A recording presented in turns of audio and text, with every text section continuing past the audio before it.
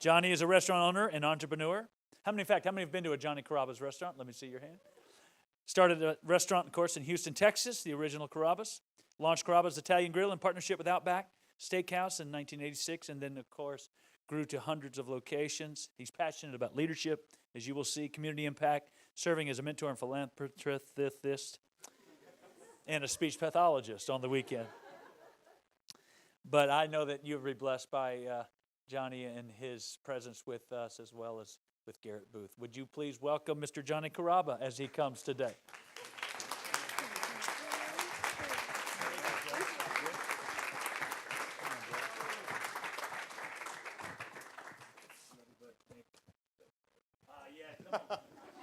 Oh, you guys have a seat. Have a seat. It's an honor to be with you and to get to introduce you today to one of my great friends and really basically family members, Johnny Carrabba. And you're going to hear a little bit about his story.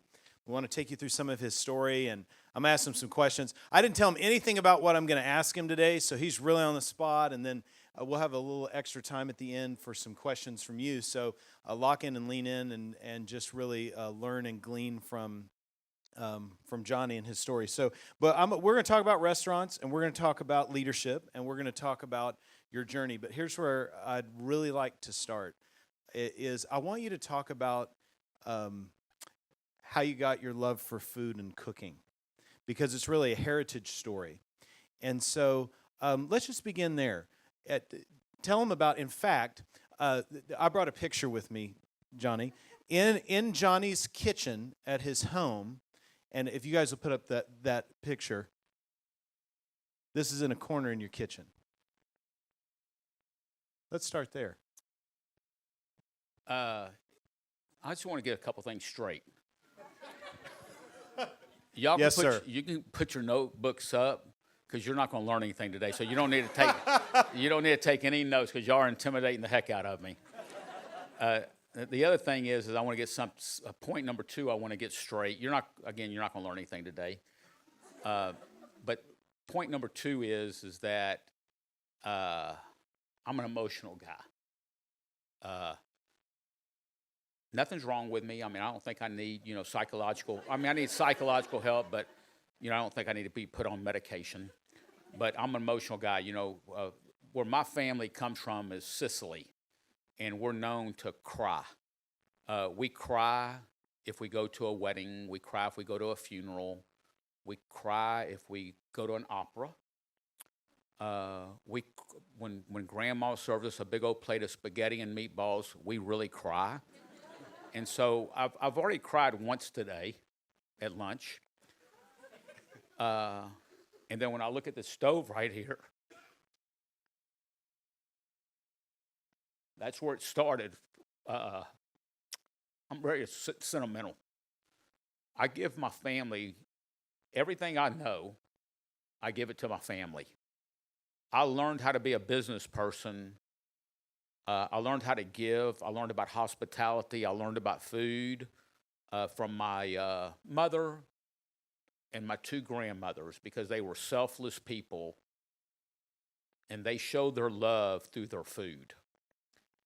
You learn, in my opinion, through osmosis. You learn by being around, I was always, even though we weren't in the restaurant business back then,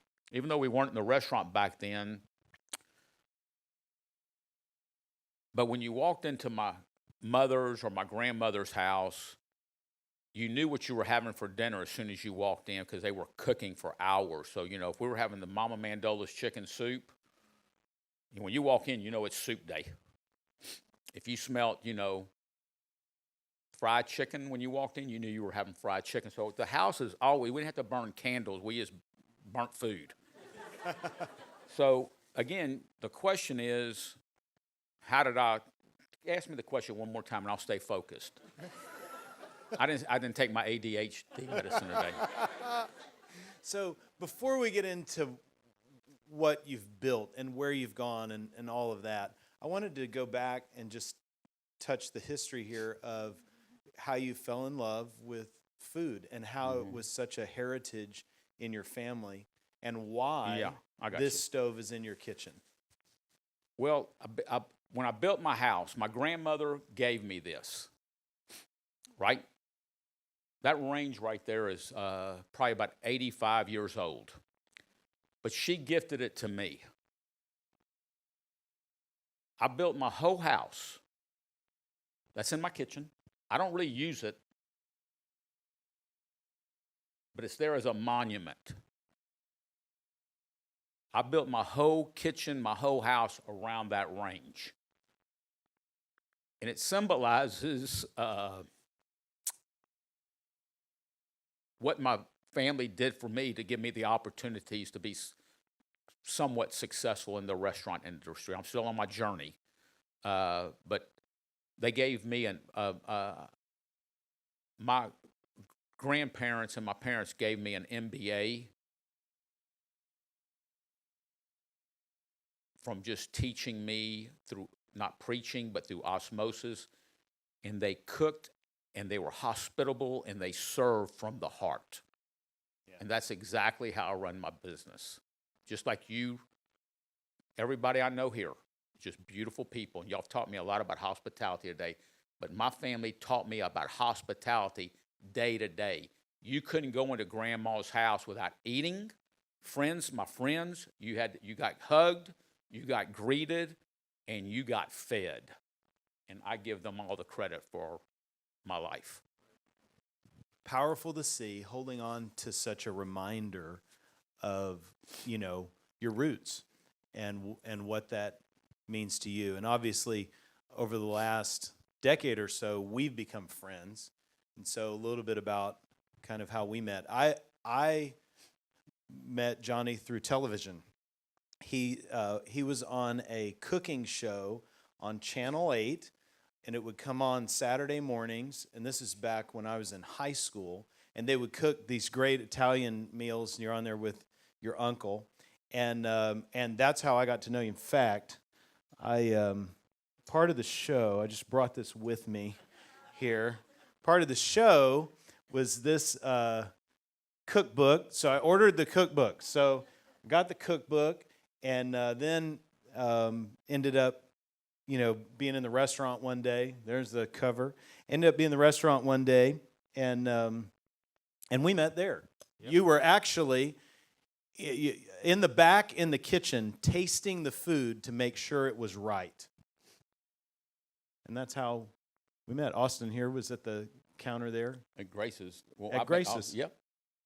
Yeah, in fact, I remember, I wasn't with Andre and Austin at that time, but I remember Johnny, here's how the story goes. He was back there tasting the food to make sure it was right, and they had a counter so you could see into the kitchen, and so he leaned over just to make sure everybody knew he was using a clean spoon every time. That's right. Along the way, right? No double dipping. That's how I met Andrea and Austin. Yeah. Exactly. And then Lauren and I would meet you a little bit later, and then we just grew a friendship from there. And you talked about family. I want to say one more thing. I'm going to let you just talk a little bit about family.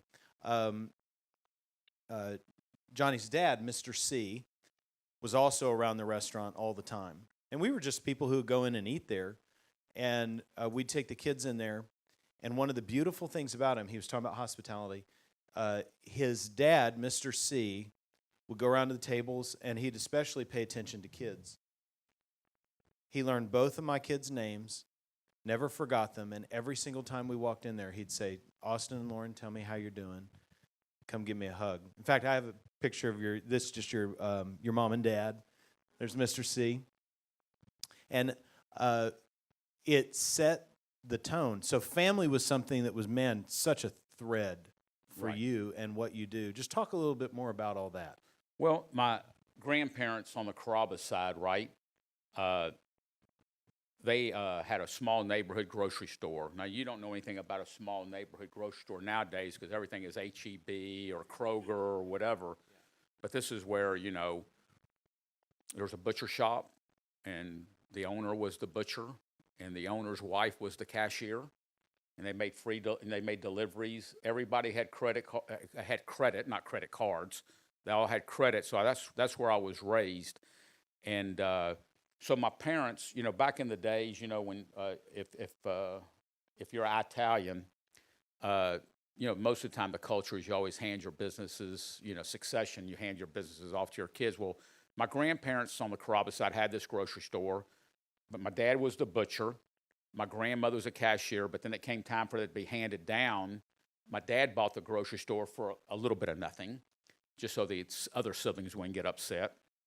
And I don't know if you understand that, but then my mother became the cashier, right? And the name of the grocery store was Carrabba's Friendly Grocery. And my grandfather put that on there because he wanted to make sure that it was friendly. But my mother, who came in later, her name is Rosie, she said the Carrabba's Friendly Grocery wasn't friendly until she showed up. But I was at that grocery store every day, and I learned a lot about how you run a family-owned neighborhood business.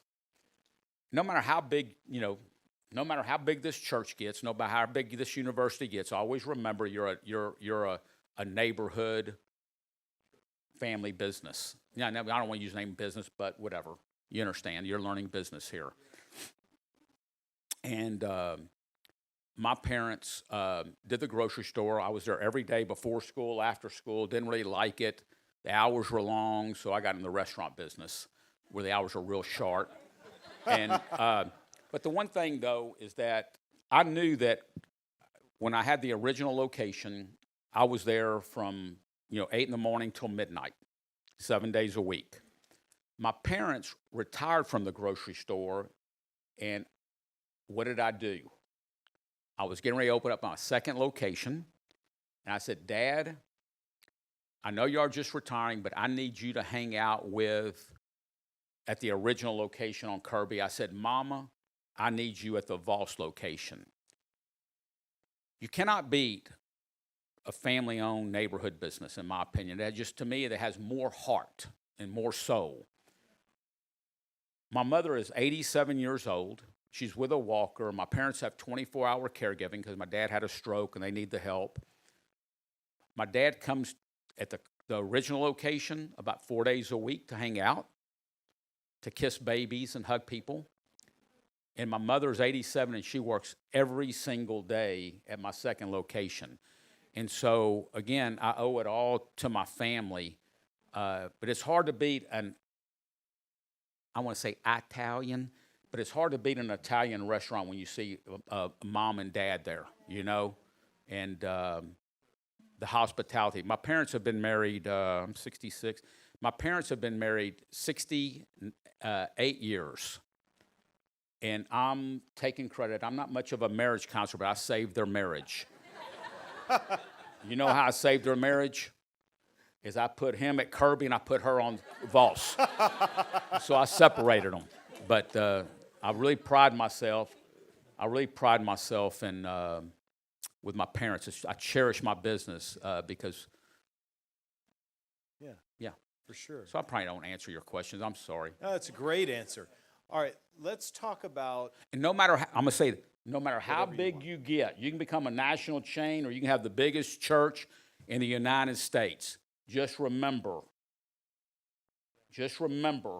where you're from, and just remember that you show people the hospitality that a small ministry would do. You want to touch people, okay? When you get too big where you can't touch people, that's when you're in trouble.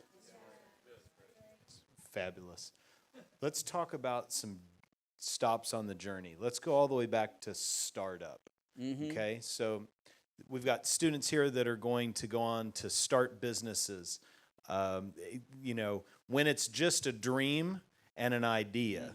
So you got started in restaurants, and tell us about kind of just the beginning of that original start. So I do an orientation for all my new employees, and every 3 months I do a new orientation. I invite people from outside of our company because sometimes they might want to listen. But every 3 months I do that, and I invite, like I said, the new hires in that 3-month period.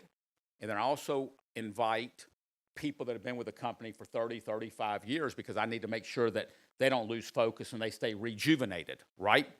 But there's one thing that I always start with, is have everybody stand up and introduce themselves. My name's Johnny Carrabba. I'm from Houston, Texas. I went to St. Thomas High School.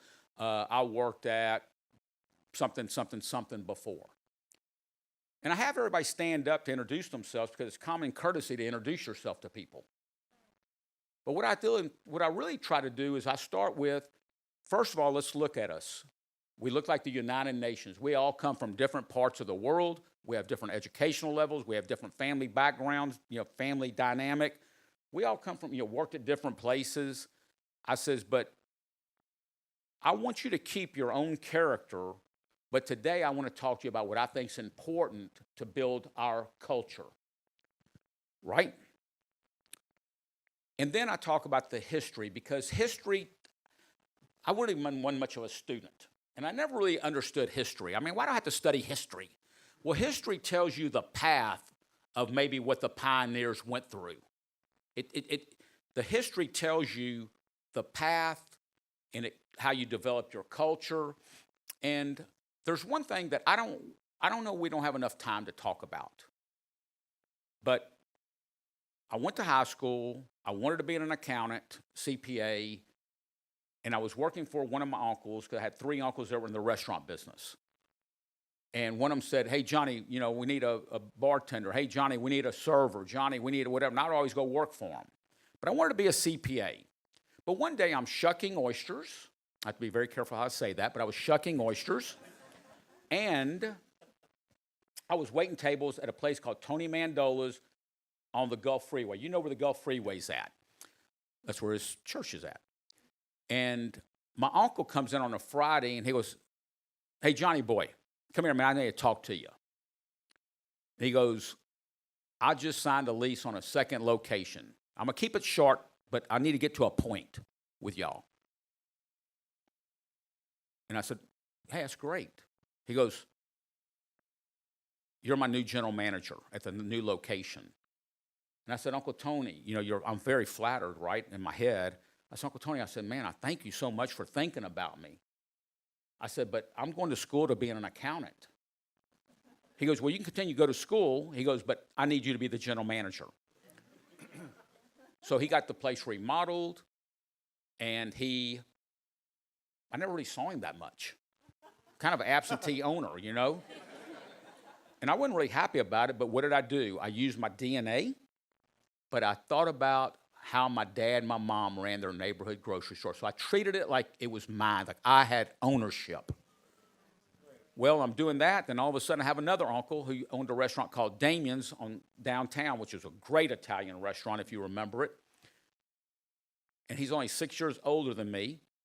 He would be driving from home, and he would stop off and eat with me late at night. So that's how we got to see those pictures of us. They're like really chunky. Because at restaurateurs, we eat really late at night, like fried seafood platters and stuff, and then we'd go to sleep real fast. And that's how you get to be real big and strong. Eat fried foods, go to Taco Bell, go to Dairy Queen late at night, and then go to sleep and don't exercise.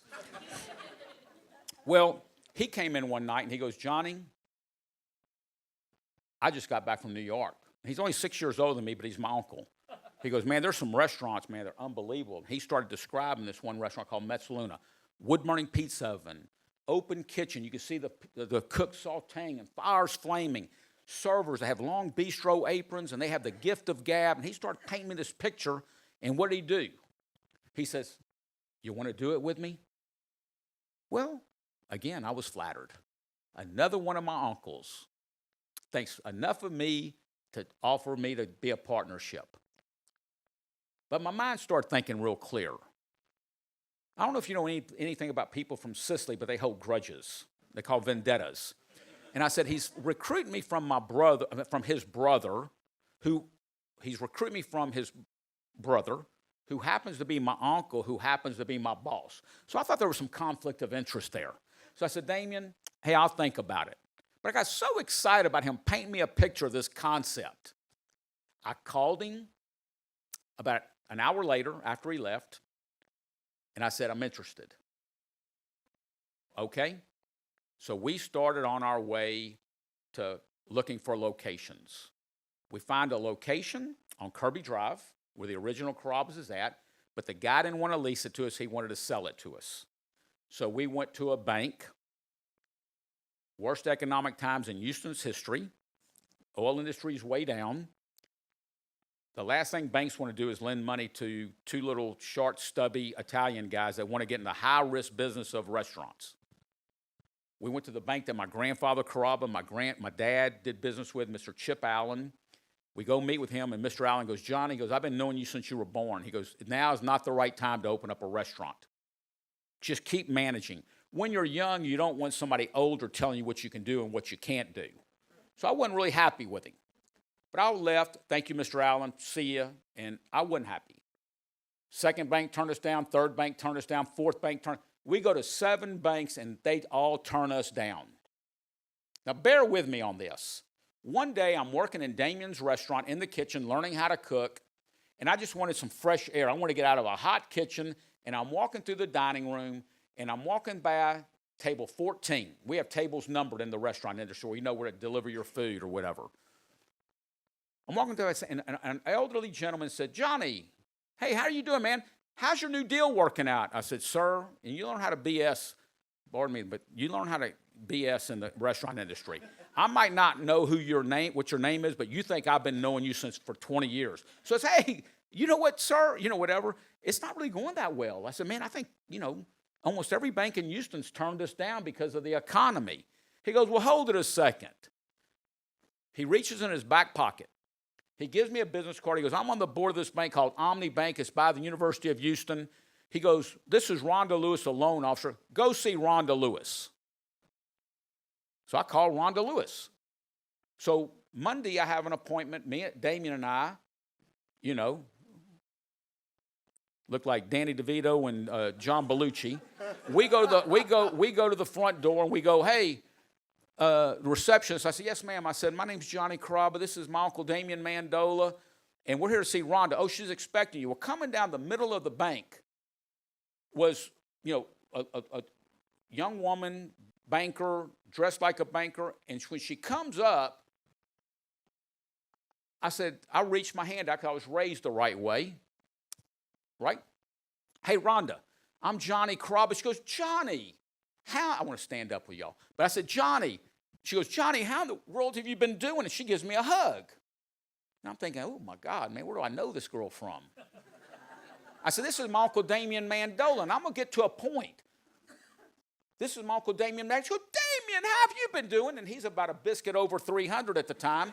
So she gives him a big hug. So we're following this banker down the middle of this old-fashioned bank, which y'all don't know anything about, most of you, but you do, though, Joe. And so we're like walking down the middle of this bank, and we're nudging each other, like, how do you know her? Do you know her?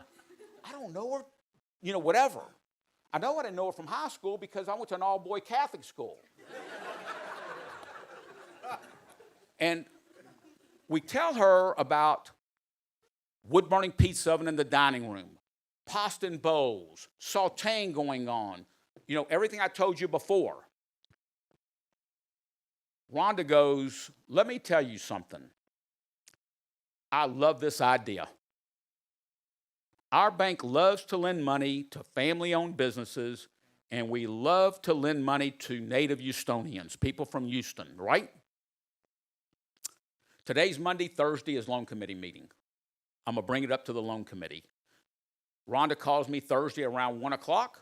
Johnny, I have good news and I have bad news. We can give you the loan for that property and some remodel money, but you need to come up with $100,000 collateral. There's more money in these boots right now than I had at the time. And then Damien was in debt from Damien's. I know I'm going too long, but I'm going to get to an important point. I didn't even need you up here today. Isn't that true? Truer words have never been spoken. So anyhow, you need to come up with $100,000. Well, Damien was in debt from his little business he started on Smith Street, great restaurant. I didn't have any money. I might have been 27 years old, but I might have had a little bit in a checking account or something, but I didn't have anything. But what did I do? I didn't want to do this, but I called my dad, and we met in my mother and dad's dining room table where all great Sicilian deals are done. And my dad, we formed our partnership that day, okay? And we opened up to a really good, big success. Damien ran Damien's, I ran Carrabba's. Then we opened up a second location, and then all of a sudden one day I get a phone call from Tim Gannon, one of the founders of Outback. Hey, real quick, let me butt in just a second. The first restaurant, how many tables? Tell us a little bit about that. The first restaurant had 96 chairs and 8 bar stools. It was 3,000 square feet. It was a year and a half old, and we worked up to $50,000 worth of volume. That means sales revenue. We opened up the second location. Now the first one took a year and a half to get to $50,000 a week. A week. Oh no, a year I wouldn't be here. A week. The second location opens up and it does $60,000 the first week. Wow. Why? So I asked and I do this in orientation. I said, why did that happen? And people say, oh, because you did TV commercials. Oh, you came up with a cookbook. Oh, it's a better location. No, it's not. In life, I'm going to get to my point, but in life, either you impress people or you don't. If you impress them, they're going to come back. If you impress them, they're going to tell people about it. If you don't impress them, they're going to talk 10 times on how bad you are. It's not a better location. But when I'm doing this orientation and I'm talking about my uncles believing in me, when I talk to you about the old man sitting at table 14 to give me a lead on that, I didn't know who that man was. His name was Mr. Minchin.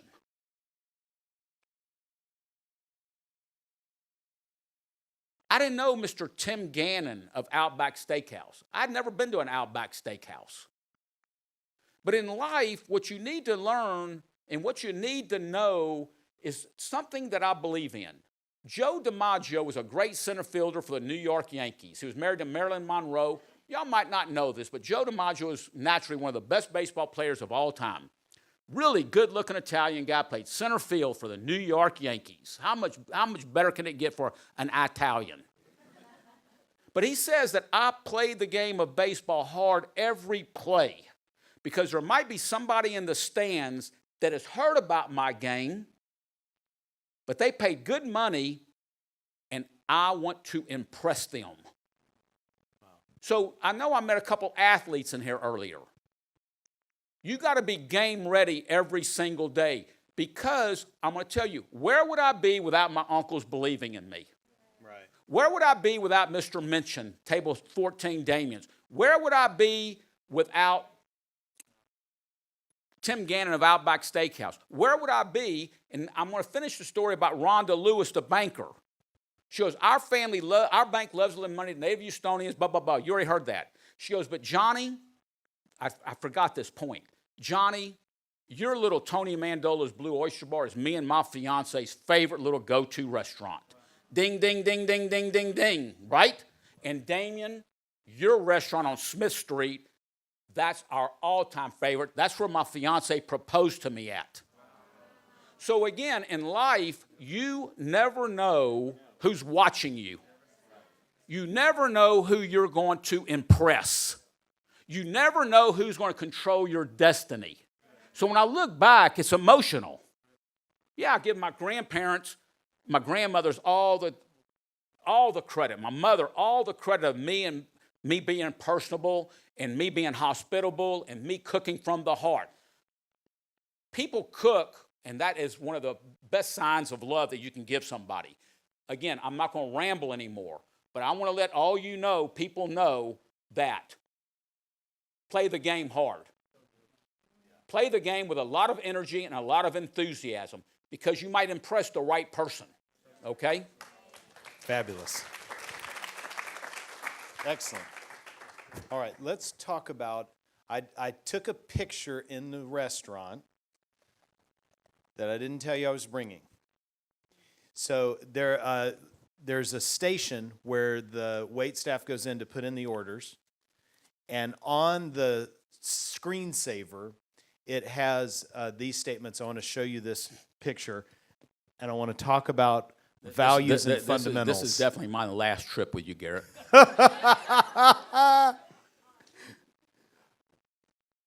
Talk to us about your fundamentals and your values. No matter what you do, I don't care if you're a golfer, I don't care if you're an attorney, I don't care if you're a surgeon,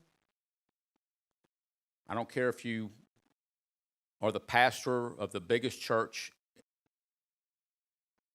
in our area, Georgetown, right? Or the Gulf in Houston. I use golf as an example. You have to have anything. You have to have great fundamentals. You have to have a great grip. You have to have a great stance, posture, everything in golf. Everybody says, oh, Tiger Woods is the best of all time because he could hit the ball 300 yards. But you have to understand something. He worked really hard, but what he really worked hard at was great fundamentals of posture, stance, takeaway, and so some of y'all might not understand that, but he worked on his fundamentals. He was very passionate about the game. He worked on his fundamentals. And when you work on your fundamentals, everybody has to have a listed fundamental. When you execute your fundamentals, something shows up. So these are our fundamentals: food, service, cleanliness, energy, and enthusiasm. Okay, you ready? Food, service, cleanliness, energy, enthusiasm, profitability is over here. There's one thing I'm going to tell you, and I want you to trust me. I don't worry about money. I've never worried about money. I don't worry about profitability, because if I execute all the great fundamentals, the money is going to follow. Money is a byproduct of doing something you love, doing it very well, and everybody being on the same page. Fabulous. Right. Some people, and I know this firsthand because the big chain of Carrabbas and Outbacks, they went to private equity, and all they did was think about money, money, money, money, money, money, and what they do? Revenue started going down, right? Because all they worried about was profitability. Yeah, making money is important, but we ain't going to worry about it. So these is something that we talk about in my orientation. We talk about it every day, and we have daily huddle-ups every day. We call it huddle-ups, right? We have daily meetings with our staff. But these are the things. And I can talk to y'all. The first 4 years of my existence, I lived in the kitchen because I feel like the food is the heart. I could talk to y'all for 1.5 years about food. I can talk to y'all about service. Service is, everybody can think about technical service. Making sure you have a soup spoon, make sure you serve from the left, pick up from the right, pre-bussing. Yeah, that's service. But really, service, the way I look at it is, yep, it's technical. But is the service coming from the heart? Are you making eye contact? Do you have, do you know their names? Are you making them feel special? So that's the service. Cleanliness. If you don't think cleanliness is important, the way you look, your shine shoes, your makeup, your hairdo. We have uniforms, our servers and cooks have, but when you look good, you play good. Right? The New York Yankees uniform makes a statement. Right? Cleanliness, your fingernails, bathrooms. Don't ever go to a bathroom. Don't ever go to, if you go to a dirty bathroom in a restaurant, just know their kitchen looks that way too. Energy and enthusiasm, let's talk about it. If I walk around every day, and I'm raising my 2 children, and all I do is walk around like this, I never look at them in the eyes. I never ask them how they're doing. I never hug them. But if I walk around like this all day, that's the way my children are going to be. Right? Your energy as a leader, the way you act is the way your children are going to act. If you're angry, your children are going to be angry. If you're silly, your children are going to be silly. But energy comes from mama or papa or grandma, but your energy has to be there. Enthusiasm. My godfather, I know it's hard for y'all to believe this, but my godfather, who I just did his eulogy 3 months ago, he had 2 daughters, no sons, and I was the only boy in the family for a long time. But he's the guy that introduced me to golf because my dad was working in a family-owned business. My godfather, Rocco Vallone, I know it's hard to believe that I have a godfather named Rocco. But he told me, Johnny, he was like my second dad. He goes, Johnny, he goes, you know, knowledge is really powerful. He goes, what knowledge does is it builds confidence. If you know how to make the shot, you're going to be confident that you can make the shot. Yeah. He goes, but I notice a lot of people are knowledgeable and confident. He goes, they come across as being a little bit cocky or arrogant. He goes, there's a key word that all successful people have. Enthusiasm. Enthusiasm. When you are knowledgeable, which builds confidence, and then you smother it with enthusiasm, he goes, I promise you that you'll be undefeated. So, again, I can talk to you for a year and a half, 2 years on all these fundamentals. When it comes to food, I tell y'all don't know what goes through my mind. I don't have enough time today, and I know you would fall asleep on me. But these fundamentals are what we live by. So talk a minute about how often you talk about this, how you reinforce it, how you build it into the team. Because I've watched this, but I want them to hear about that. Well, I mean, I'm sorry. We talk about it all the time. We talk about it all the time. But it's just like today on the way to the airport, I was talking to the president of my company, right? And for a good 15 minutes, we talked about cappuccino,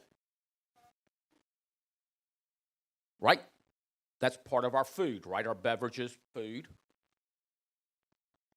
I don't have to say, okay, let's work on our fundamentals, food, service, cleanness, energy, enthusiasm, profitability. I don't have to walk around and say, okay, let's talk about it. It's in our day-to-day language. So you're saying, Johnny, you're rambling on me. Why did you bring up cappuccino? Because last night, I still work like an immigrant. Works 8 days a week, but I'm there last night. And the only reason I left the restaurant at 9:30 last night because I knew that Garrett was going to be looking for me first thing this morning. But I'm at the restaurant, and a good customer comes up, and I'm not saying she was old. I'm 66, and I'm saying the lady's 70. But she's a beautiful person, but she's been eating with me for decades. Johnny, hey, how you doing, Charlotte? She introduced me to her little boyfriend. He's about 80, but whatever, I'm there. I'm there with her. But she goes, Johnny, I got to let you know how long I've been loving this restaurant? Da-da-da-da-da-da-da-da-da-da. Yes, ma'am. I'm not yes, ma'am, because she's my age. And I said, yeah, I know that, Charlotte. And she goes, but I got to tell you something. Something's going on with your cappuccinos. They don't taste like I'm sorry. They don't taste like they used to. Something changed. Well, on my way to the airport today to meet Garrett and his family, I called the president of my company. I said, hey, man, I had a complaint on cappuccino. What's going on?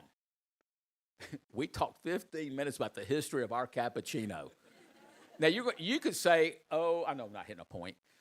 Oh, it's just cappuccino. No, it's not just cappuccino. It's the attention to detail, but we live every single day with our fundamentals. I might not say, again, I'm repeating myself, okay, guys, let's talk about food, or let's talk about enthusiasm. Right. You live it every single day. Absolutely. All right, let's shift gears a little bit. I want you to talk just a minute about people. And the reason I want you to talk about people is that you're in an industry that has incredibly high and fast turnover. If someone stays in the restaurant industry at one particular place more than a year, they might as well have tenure. You have employees who work with you, and I want you to tell them how many employees right now work with you that have worked with you more than 25 years. Well, I'm gonna do something for y'all. Or talk about anything you want. If I can get a, you're a quick learner. And, matter of fact, I don't even know what you're doing up here. I'll be honest with you. But I'm gonna do something. Me and my big mouth. If I can get a list of everybody's name here, I'm gonna send you a gift. So I did another cookbook about a year ago, and I'm gonna gift you that. I featured 25 of my employees, family members, that have been with me 30 years or longer. So with the two original Carrabbas, we talked about this earlier, but with the two original Carrabbas, I have about 240 employees. 25 of them have been with me 30 years or longer. Out of the 240 employees I have at the two original Carrabbas, 140 of them have been with me 10 years or longer. So, Garrett is he's correct. I'm in a very transient business. When you love and take care of people, they will love and take care of you. My career is dedicated. Now, you know I'm an emotional guy. You already seen that. I'm emotional about my employees. They come to work, they hug me every day. I hug them every day. I can't roll every meatball, Italian boy. Where's my Italian girl? Yeah. Right? I can't roll every meatball. I can't answer every phone call. I can't greet everybody. I can't hug everybody. I'm only as good as my team. The power of the team, and hold on. What would happen if you came to a restaurant and you're a customer there, and every time you walked in, you were never recognized? You didn't have your favorite hostess seating you. You didn't have your favorite waiter or server taking care of you. The food, if I have turnover, my food becomes very inconsistent. So I'm an old-fashioned person that I believe that the team that plays together, sticks together, stays together is the team that's always going to win the national championship or the Super Bowl. The team, and that's what I'm going to tell you. If somebody says, Johnny, what's the key? Now, success, I'm not going to talk about success. I don't know what the true meaning of success is. I'm still in the process of trying to be successful. Now, I know that doesn't make much sense to y'all. But I'm going to let you know is that, again, everything I work for, I do it for my people. So like I tell my upper management, senior management, right? We have 750 employees to take care of and provide for. Not everybody's going to make it. There always has to be a little bit of a cut here or there, but not everybody's going to make it. But I feel the sense of responsibility for 750 people. Plus, they might be taking care of their parents.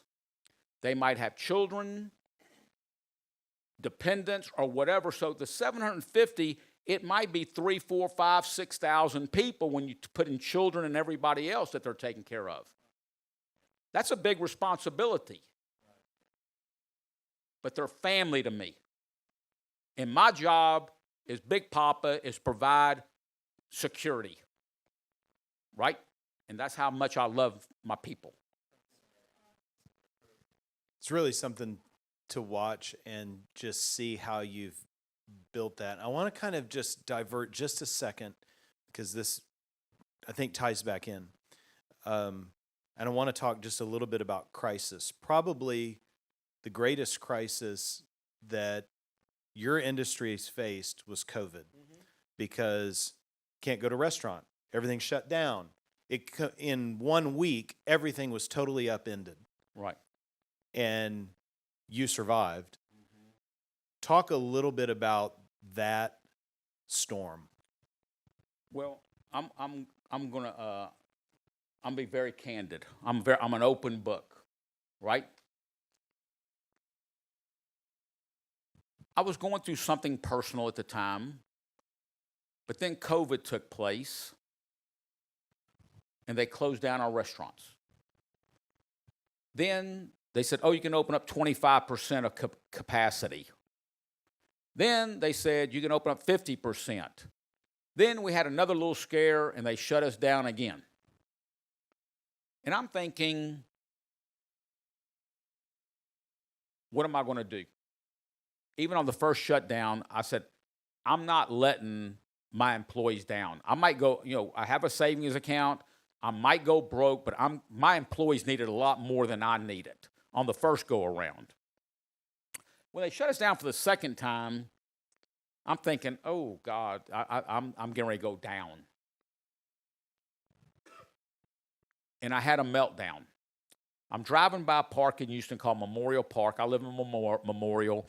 I'm driving down Memorial Park, and then all of a sudden, I felt pressure in my head. My chest started pulling.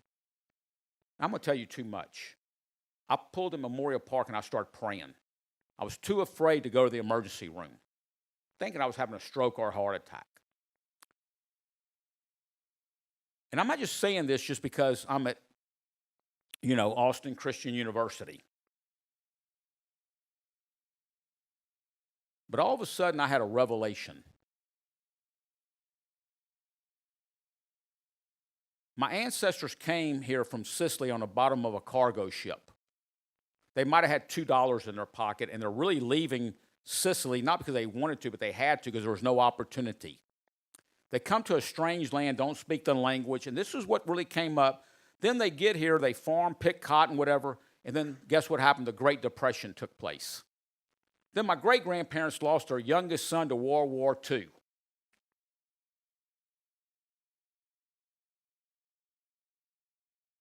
And I'm thinking that I have it bad. If my ancestors could go through what they went through, I can make it through COVID. Does that make sense? Yeah. Even though I made the great decision of keeping my people employed and paid, we overcame that. Now, I can talk to you all day about what made us survive is that we do a lot of to-go business, which we evolved our business. We were talking about it earlier. If you don't evolve, you become a dinosaur, and there's a lot of dead dinosaurs out there. Right? Because they didn't evolve. But I want to answer Garrett's question. COVID was a big threat, but it's not my biggest threat. The biggest threat that we ever have is the loss of culture. The loss of culture has killed countries. The loss of culture has killed families. The loss of culture has killed businesses. It's all about how strong your culture is. Like I was at lunch today, and I started thinking about, I'm really worried about the country because I think we've lost the family unit. Yeah. Right? Yeah. I think some companies have lost their pizzazz because they lost their culture. Culture is everything to everything. I don't know if that makes any sense. Did I say that? Everything? Yeah, that's it's right. Everything to everything. Right. Personal life, family life, and whatever. So did I answer your question? You did. Okay, thank you, finally. That was a great answer, too. And to tie back into what you were saying about people, we talked on the phone not too long after that experience, and I called you to check on, just say how you're doing. And what Johnny said to me was this. I said, what can I do to help? He said, would you just get anybody you know to order to-go food from our restaurant and come pick it up? Because if they do, I can have my staff work. Yep. And I can take care of them. You weren't worried about you. You were worried about them because they're family. That's right. Yeah, powerful. And it's like mom and dad, right? Like a good mom and dad, they worry about you. Until you have children, you'll know what I'm talking about. But they worry about you a lot more than they worry about themselves. Yeah. And to see how you've adopted the people who work with you and that they've been so loyal, but also you've provided opportunity. So there's places where you can start, but you can grow. And you've made room for people to move along as their skills improved and they could do more. Yep. But you're so thoughtful about all of those components. So today, so we touched on a little bit. Hold on 1 second, though. Yes, sir.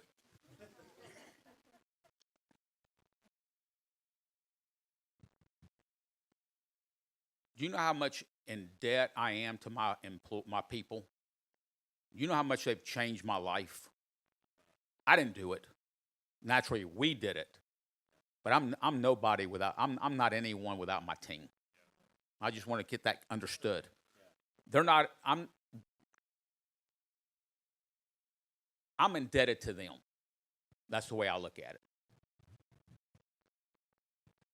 And that's powerful to know.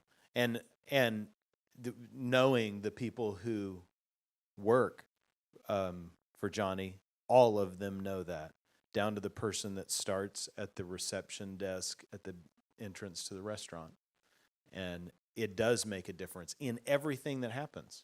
So today, we touched a little bit about the Outback deal, which you did, and then some investors came in, and now today you have, tell us about today. You help them understand the restaurants and where they are. So today, I still own the 2 original Carrabbas. One of them on Kirby Drive is 38 years old. The one on Voss, where my mother's at every day, is 36 and a half years old. I have a restaurant called Grace's, which is named after my grandma, Grace Mandola. You know, I tell you, I work for my uncles, her sons, my mother's mother. Best cook I've ever met in my life. She gave me all the recipes for Carrabba, so I wanted to. She knew before she passed away that I was going to open up a restaurant in her honor. That's about 10 years old. And then I have 6 Mia's, which is my daughter's name, Mia. I have 6 Mia's, which is a casual restaurant with old-fashioned hamburgers, tacos, salads, fried chicken, jalapeno cream gravy, homemade corn dogs, and you get free frozen custard when you're done, soft serve. So we have 6 of those with 2 that are getting ready to start construction. So really, that's what I'm working on. I'm just working on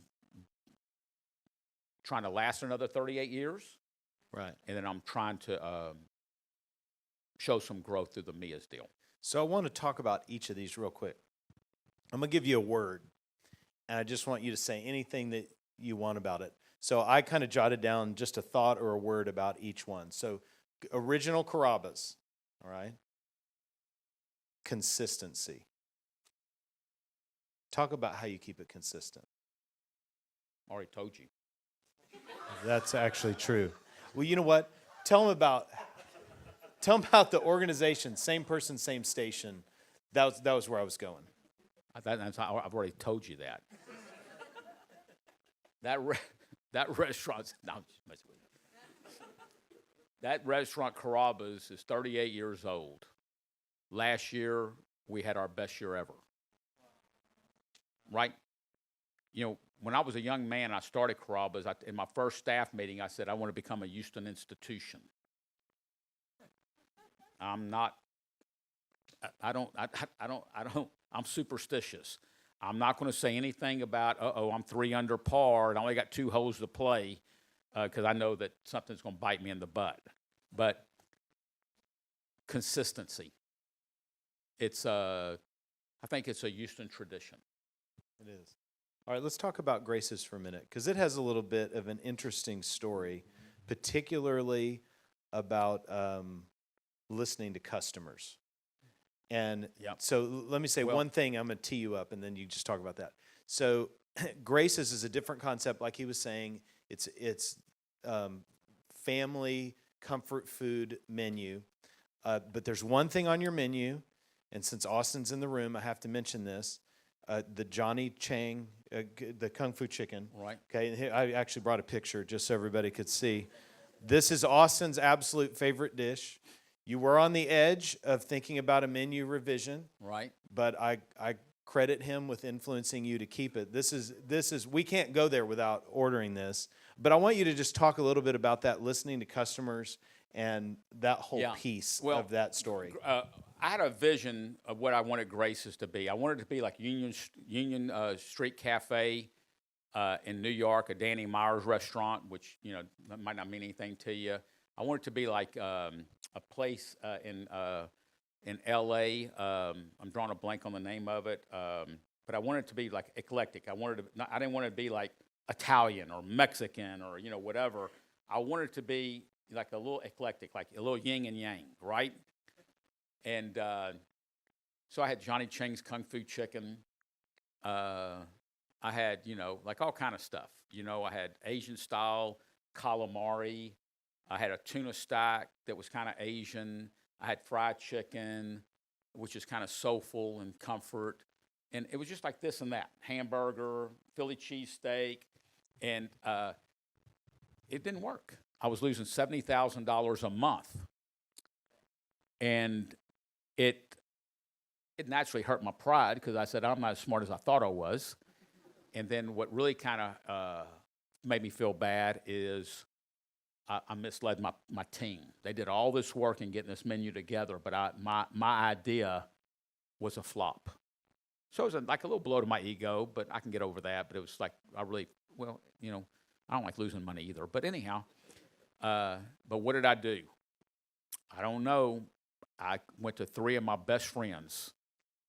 Not best friends, but best combination of friends and customers. And I said, don't worry about my feelings. What is wrong with Grace's? I met with them separately. And most of it was, we like it, but it just has no rhyme or reason. There's not a theme. Right? That's basically about what they told me. So I went to my team, and I said, okay, what do we need to do to get this thing really in the right path of having some kind of consistency? Well, we put in a Saturday and Sunday brunch, and we cleaned up the menu, and it completely turned it around.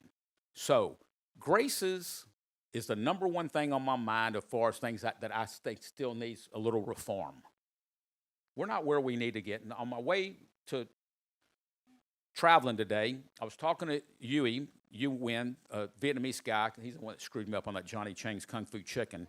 But anyhow, I talked to him about cappuccinos today, but I also talked about like Grace's needs a facelift. So that's what we talked about. I'm going to let y'all know is that it has a lot of work to do. It's not where we need it.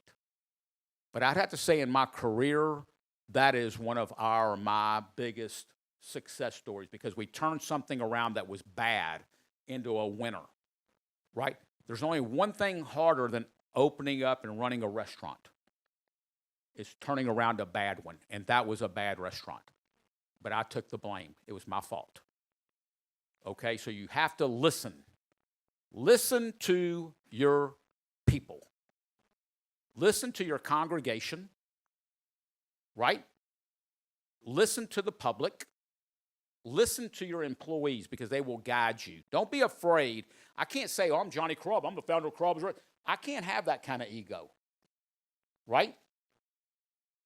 So I don't know if I answered your question. You did. Oh, okay. And today, just so we all know, on Sunday, the general wait time is about an hour and a half at least to get a table at Grace's today.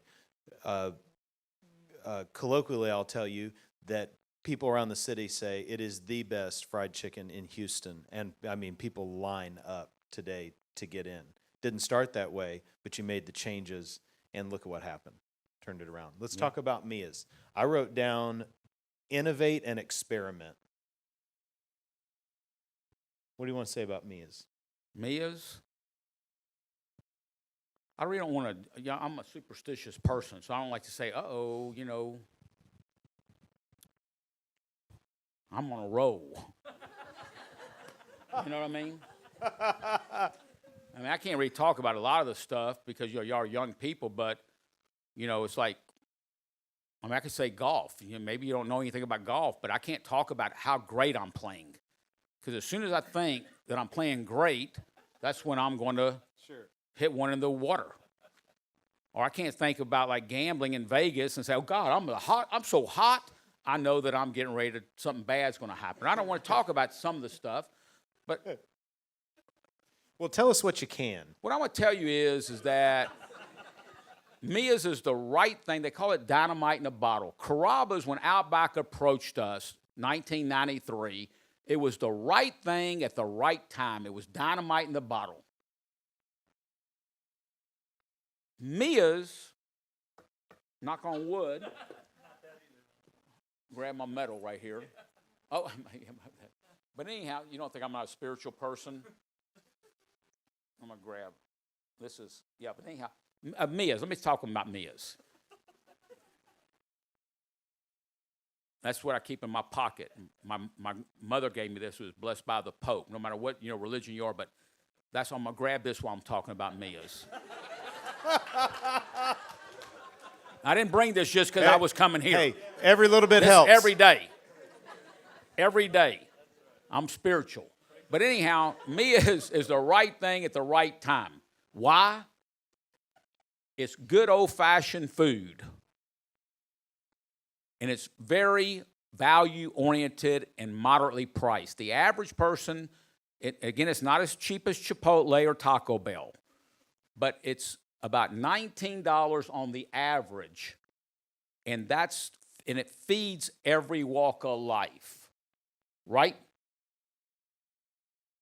It feeds old people because it's a throwback hamburger.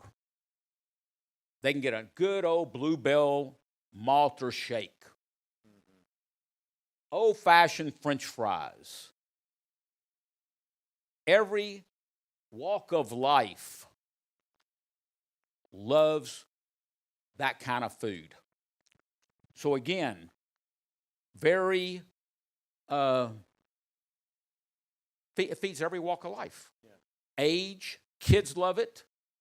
Kids love come celebrating, you know, school parties and birthday parties and team parties.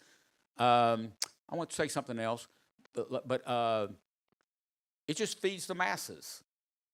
And sometimes, I don't know if you ever heard of the Pappas family, but Pappas is a big restaurant group. I admire them, and they always say that when you feed the masses, you get rich. When you feed the classes, the high-class people with money, you get poor. You know what I mean? You need everybody. And again, what does this have to do? I don't know anything about your congregation, but you want to be open to everybody. You don't want anybody to be singled out. So that's what Mia's does. It feeds the masses, right?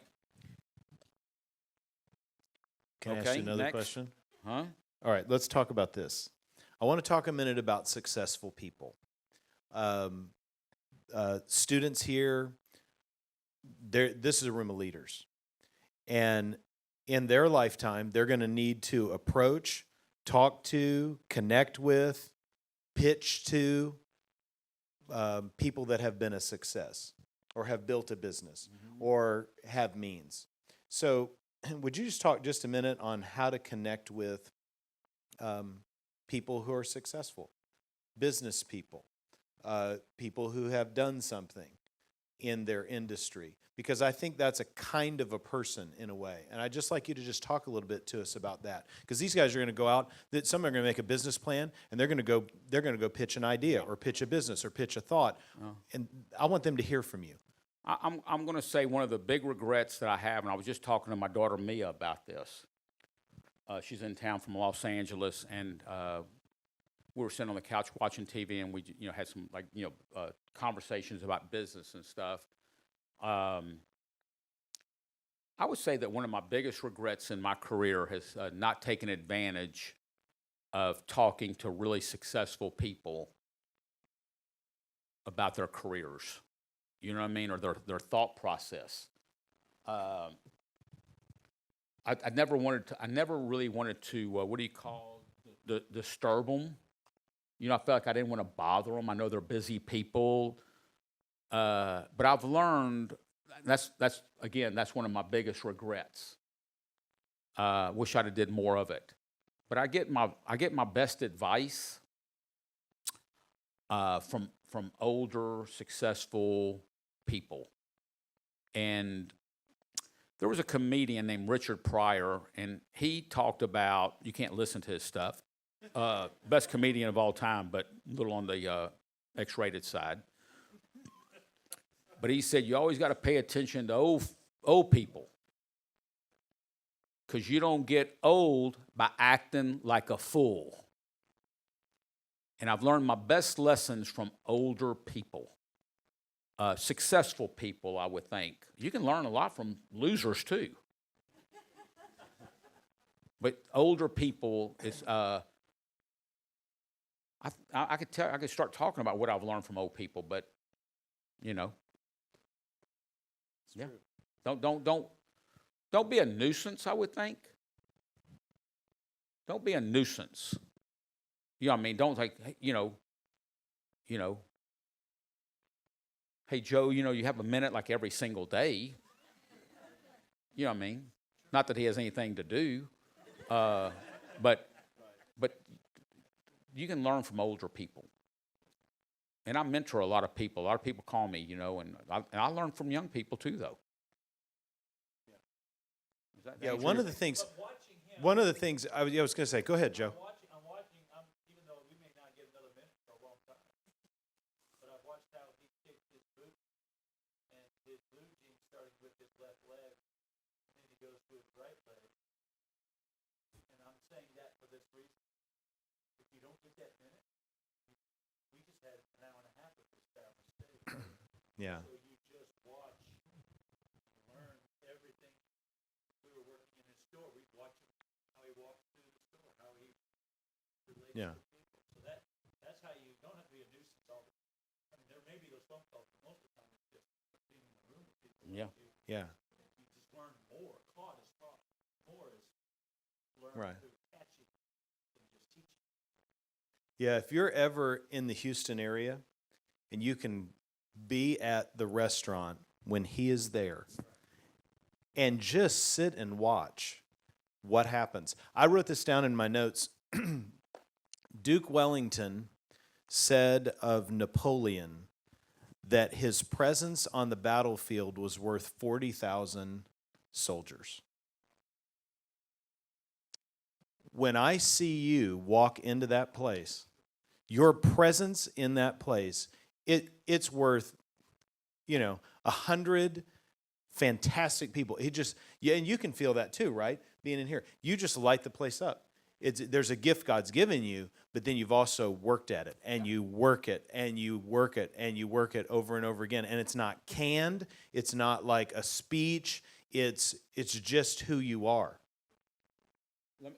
I want to tell you something. Thank you for that. You will not believe what I'm going to tell you. Nobody does. My kids even laugh at me. But I'm an introvert. I was always real shy, real unsure of myself, but just shy, no confidence in myself. Like I remember we used to go to a hot dog stand called James Coney Island in Houston, Texas. We used to go to the original one, right? And we would, go through there. We'd close the grocery store down. Me and my sister and my parents would go there. And, this is just the way I was. But, we'd order our hot dogs and get our bowl of chili and get our grape juice. And my dad would go, hey, man, I'm still hungry. Johnny, go get me 2 more hot dogs. I didn't have enough confidence. I was 12 years old. I didn't have enough confidence in myself to go get the 2 hot dogs. So I would say, sister, go with me. And my sister would do it because she was like, real, but I'm a shy, introverted person, right? But when I'm at work, I turn on. And it's not fake. It's not like I'm just, hey, I'm gonna act like an owner today. It's just, it's not fake. It's real. But I know that when I get done with work, I'm exhausted because I've already used all my energy bars listening to everybody's vacations and da-da-da. But I love it. I love it. Yeah. But, again, this is my life. Right. You follow me? This is my life. And I know that I'm in the hospitality business. Yeah. So, and I'm a hospitable person. I'm a selfless person. I'm a giver. Now, what else you got for me? I got something I need to say. Well, the floor is yours. No, really, I'm serious. You got anything else? I'm going to let them ask 1 or 2 questions. Okay, but I got to say something. Say whatever you. I know y'all got to go. Talk about whatever you'd like. I know you got to go, but I want to let y'all know something that I think that I can't leave here without mentioning. I believe in fundamentals. I know you got to go, and I'm going to keep it short, but I know that I talk about fundamentals. I talk about the history about, you never know who controls your destiny, so play the game hard. Am I right? You got that? Yeah. There's something else that I talk about is our principles and beliefs. The golden rule. Y'all know the golden rule. It's the rule in a lot of religions, a lot of cultures, Yes is the answer. What's the question? Right? That's another one of our beliefs. There's something also that I went through. I was going through a hard time and I needed a personal coach, so I went to go see a psychologist because my families don't want to hurt my feelings. My employees, my teammates might feel like, they don't want to tell me the truth. They might be a little intimidated from time to time, but I needed somebody to tell me the truth. And I want you to think about this. So I go to the psychologist, and he goes, "What's on your mind?" I said, "I'll be honest with you. I'm hurt. I'm tired of giving. I'd got in a relationship, personal relationship that didn't go well, but I got my feelings hurt." He goes, "What do you mean?" I said, "Man, I'm tired of giving." He goes, "But what do you mean?" I said, "Let me tell you something. I do some things that are really nice for people. And I'm a timid, shy, whatever kind of person. You might think I look very, gangster or, mafia or whatever y'all want to talk about. A little bit mafia, but yes. Whatever. But y'all might think that that's the way I am, But he goes, "Well, what do you mean?" I said, I'm getting tired of taking advantage of. He goes, "Well, let me ask you a question. Why do you give?" Now, I know you already know this answer because you're educated. I said, "I give to make people feel good." And he goes, "Do what?" And I had this kind of relation with him. He's a friend. He goes, "So let's say you give to make people feel good." He goes, "First of all, that's not true." He goes, "The reason you give is because it makes you feel good." Right? He goes, "Why are you going to do something against your nature?" So we believe in things like that. Be a giver. When you give, you always heard it comes back tenfold. There's something else that I talk about. And I end all my speeches with my staff and my orientations with something that a philosopher by the name of Maya Angelou says. I don't know if you know much about Maya, but you need to look her work up. She's my favorite. People will forget what you said, and people will forget what you did. But they will never forget how you made them feel. Today, I might forget that I'm in Georgetown. One day, I might forget something. But since I've been on this property, and I'm not blowing smoke, since I've been on this property, all I have felt is love and affection and just warmth. And so in life, as in business, life is business, it's all about the way you make people feel. Yeah. So I wanted to make sure I got that off my chest before I go back to Houston. That's great, Johnny. Fabulous. Okay. We have time for probably 2 or maybe 3 questions.